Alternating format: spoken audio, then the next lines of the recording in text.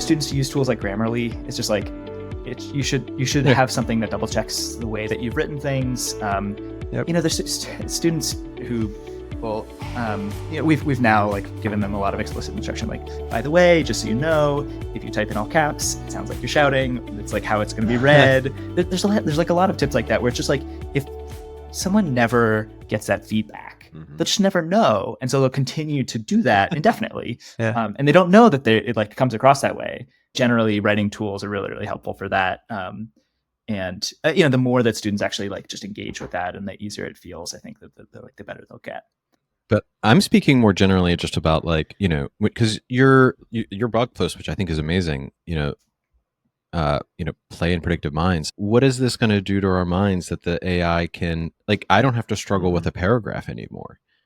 And I feel like that's where a lot of my learning is, like my ability, if I have an ability to think logically, it's come from having to construct essays and writing and responses and things like that.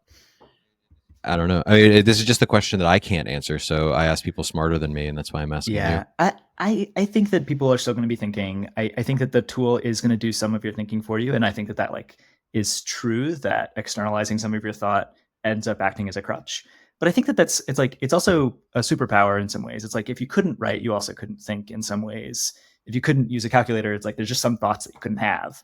And there's some like forms of like, whether it's socially like externalizing some of your thoughts, like having a conversation like this, like some of the reason for me to be here is like, well, I'm going to say things and hear things and think things that I wouldn't if I wasn't here.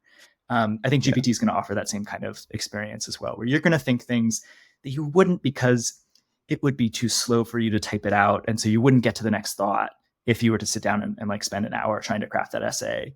And so I think that sort of socially mediated condition, cognition, where it's like, well, now social can mean like still by yourself, but like also with ChatGPT. I think that that's going to happen a lot too.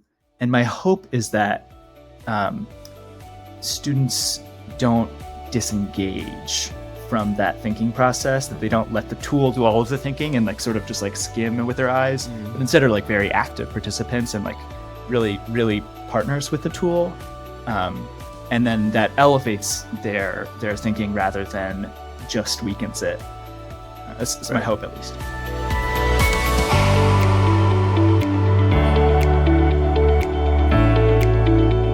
Did you learn something just now? Get the full episode of Ways We Learn wherever you get your podcasts. And while you're there, we'd love to get your rating or review.